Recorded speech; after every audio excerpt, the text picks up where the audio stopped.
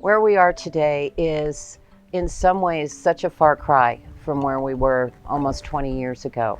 We have over 100 kids.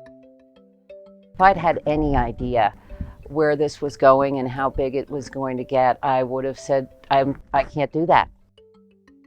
I learned that the government of Karatu district was very anxious for a children's center to be built out here because they had such a problem with street kids. And so I was suddenly a mom of 17 kids. I knew that for my kids to heal, for my kids to get through the trauma that they had experienced, they needed that strength of family. An orphan is somebody that's alone, but a child who's part of a family is never alone. I think the first key to the structure that we have here is that every adult sees themselves in some kind of parental capacity. The house mamas were like my parents, I can say, and they really cared for us. It's the idea of having like a lot of people who know me better than I do know myself, and they can help me in every way. And I'm so thankful to have such a family.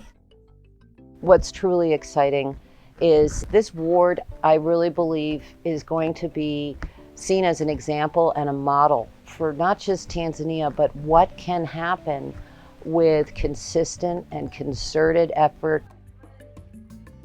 So when we look towards the future, we have this incredible leadership team with Peter at the helm and with Arturo and Ali at his side. There's no end to what they can do because they have the energy, they have the smarts, and they have the commitment.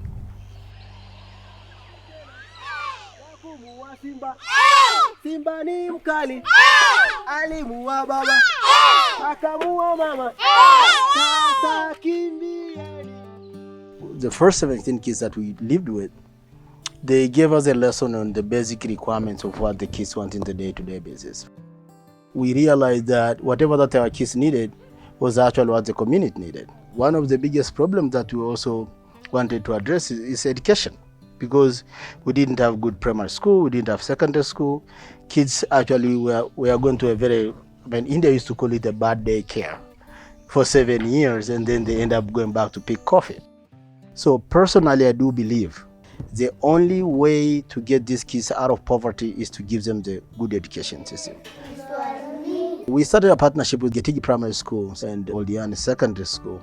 So we do provide all the basic infrastructures which are required to run the school. This has brought tremendous changes from in a rural school in the northern part of Tanzania. I'm talking about the school that was the bottom 5% of schools in the district of Karatu. This school transformed, and as I'm talking today, it is on the top 4% of the country. So for kids to be able to go to school, both kids and the parents have to be healthy. Kids need health care, because when you have kids who are running around all over the place, they trip down, they fall. You're like, oh my goodness, there's no nearby hospital, what am I gonna do? In 2010, we opened our first rural community health clinic, which has been providing healthcare for the community of more than 10,000 people. And don't forget, with our limited budget, we also treat everyone for free. We actually wanted to provide the parents also the tools for economic empowerment. If I give you an example of the plantation where we are today, there are only 18% of them were employed full-time. We have to make sure that we provide the resources for these people, especially for the parents, so they can be able to have their own businesses that will take them out of poverty.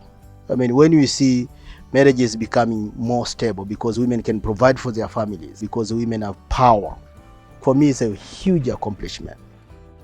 So education, healthcare, and economic empowerment, this is our holistic approach, which is the key out of this generational circle of poverty.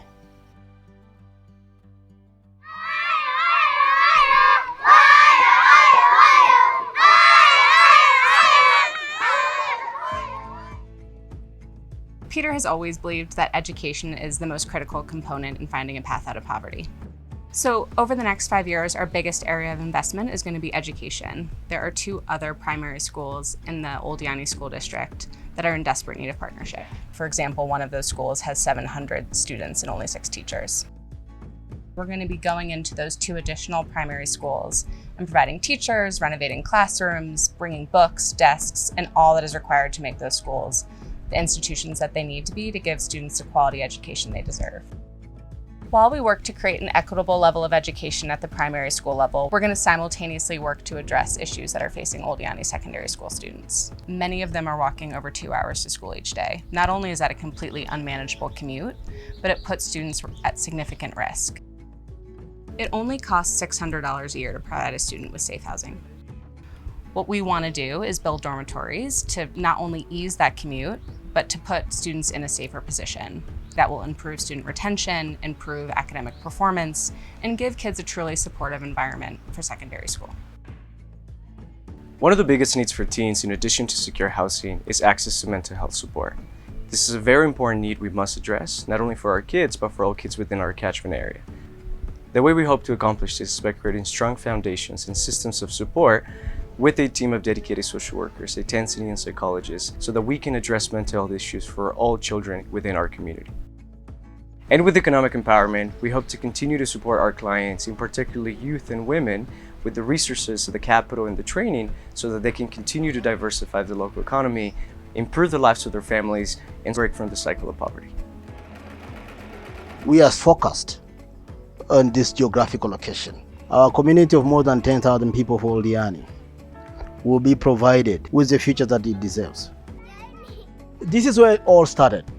RiftValleyChildren'sVillage is a home, it's a family place, it's an office where all the operations are running, and it will still be like this for a very long time, because trust me, the demand for the kids to come to join our family is still very high. In the near future, a lot of our older kids just leaving home, getting employment, and starting their lives and starting their families. And I really can't wait. There are so many opportunities out there, whereby by the time they walk out there in the world, they will become the good citizens to make their country better. Yeah, another.